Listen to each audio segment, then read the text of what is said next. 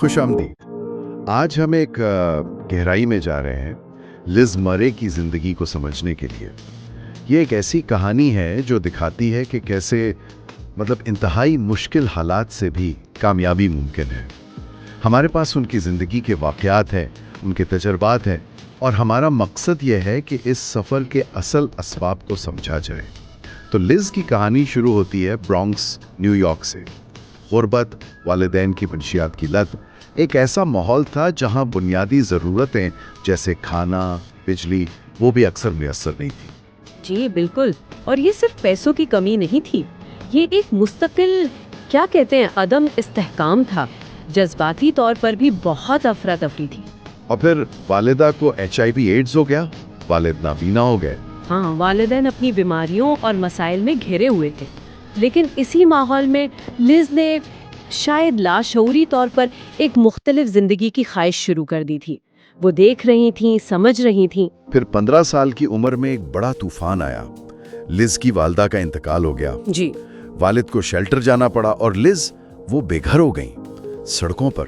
یہ وہ لمحہ تھا جہاں سب کچھ ختم ہو سکتا تھا، کوئی بھی ہمت ہار سکتا تھا۔ بالکل۔ لیکن یہیں سے ایک غیر معمولی عزم پیدا ہوا۔ لز نے یہ فیصلہ کیا کہ وہ اپنے ماضی کو اپنے مستقبل پر حاوی نہیں ہونے دیں گی۔ یہ فیصلہ کرنا ہی بڑی بات ہے۔ ہاں، لیکن سوال یہ ہے کہ اتنی کم عمری میں، اتنے مشکل حالات میں یہ طاقت کہاں سے آئی؟ یہی تو حیران کن پہلو ہے۔ بے گھر ہونے کے باوجود کبھی پارک بینچ پر سونا، کبھی ساری رات سبوے میں گزارنا۔ انہوں نے فیصلہ کیا کہ وہ ہائی اسکول واپس جائیں گی، اور صرف واپس نہیں گئیں بلکہ ایک متبادل اسکول میں داخلہ لیا، جو ایسے طلباء کو دوسرا موقع دیتا ہے نا؟ جی ہاں، یہ قدم اٹھانا ہی اپنے آپ میں خیر معمولی تھا۔ اور اس سے بھی بڑھ کر یہ کہ انہوں نے 4 سال کا کورس صرف 2 سال میں مکمل کیا۔ 2 سال میں؟ جی ہاں، 2 سال میں، اور یہ سب کچھ تب جب ان کے پاس رہنے کو کوئی مستقل ٹھکانہ نہیں تھا۔ وہ سیڑھیوں میں، سب وے اسٹیشنز کی مدھم روشنی میں پڑھا کرتی تھیں۔ ناقابل یقین محنت۔ بالکل، یہاں ان کی اپنی کوشش تو ہے ہی، لیکن یہ بھی اہم ہے کہ کچھ اساتذہ نے ان کی لگن کو پہچانا، انہیں مدد فراہم کی۔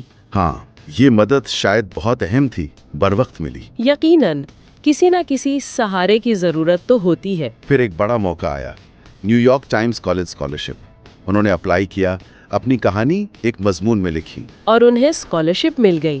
ہاں، اور اس کے ذریعے ہارورڈ یونیورسٹی میں داخلہ ملا۔ ہارورڈ، وہ تو بالکل ہی ایک الگ دنیا ہوگی ان کے لیے۔ بالکل، تعلیمی چیلنج تو تھا ہی، لیکن ثقافتی طور پر بھی بہت فرق تھا۔ جی، مراد یافتہ پس منظر سے آئے ہوئے طلباء کے درمیان اپنی جگہ بنانا، یہ ایک الگ جدوجہد رہی ہوگی۔ خود کو کمتر محسوس نہ کرنا۔ صحیح، لیکن انہوں نے ہمت نہیں ہاری، محنت جاری رکھی، نئے تعلقات بنائے، اور آہستہ آہستہ اپنے ماضی کے جذباتی زخموں سے بھی شفایابی کی طرف بڑھے۔ تو ہارورڈ کے بعد وہ ایک کامیاب مصنفہ بنی، موٹیویشنل سپیکر بنی۔ ان کی کتاب بریکنگ نائٹ بیسٹ سیلر ہوئی۔ اور film homeless to Harvard بھی بنی، ان کی کہانی پر، جس نے لاکھوں لوگوں کو متاثر کیا۔ جی، تو اس سب سے ہم کیا سیکھتے ہیں؟ روایتی اسباق تو ہیں، لیکن کچھ خاص نکات؟ میرے خیال میں چند چیزیں بہت واضح ہیں۔ پہلا تو یہ کہ حالات کتنے ہی خراب کیوں نہ ہوں، آپ خود ایک بہتر راستے کا انتخاب کر سکتے ہیں۔ لز نے صرف حالات کا رونا نہیں رویا، انہوں نے ایک قدم اٹھایا۔ فعال انتخاب ہے نا؟ بالکل۔ دوسرا، یہ صرف محنت نہیں تھی، بلکہ شدید کمی میں بھی وسائل ڈھونڈ لینے کی صلاحیت تھی، جیسے سیڑھیوں میں پڑھنا۔ یہ مجبوری بھی تھی اور مسئلے کا حل بھی۔ تخلیقی حل۔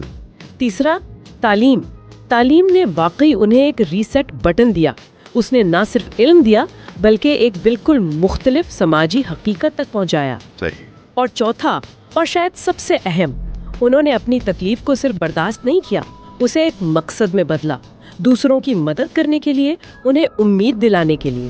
لز مری کی کہانی واقعی یہ دکھاتی ہے کہ آپ کے فیصلے آپ کے حالات سے زیادہ طاقتور ہو سکتے ہیں۔ ان کا وہ قول بہت اہم ہے، میں نے مختلف طریقے سے جینے کا فیصلہ کیا۔ مجھے نہیں معلوم تھا کہ وہ کیسا ہوگا، لیکن میں جانتی تھی کہ مجھے مزید کیا نہیں چاہیے۔ ہاں، یہ وضاحت کہ کیا نہیں چاہیے، یہ بھی سمت طے کرنے میں مدد دیتی ہے۔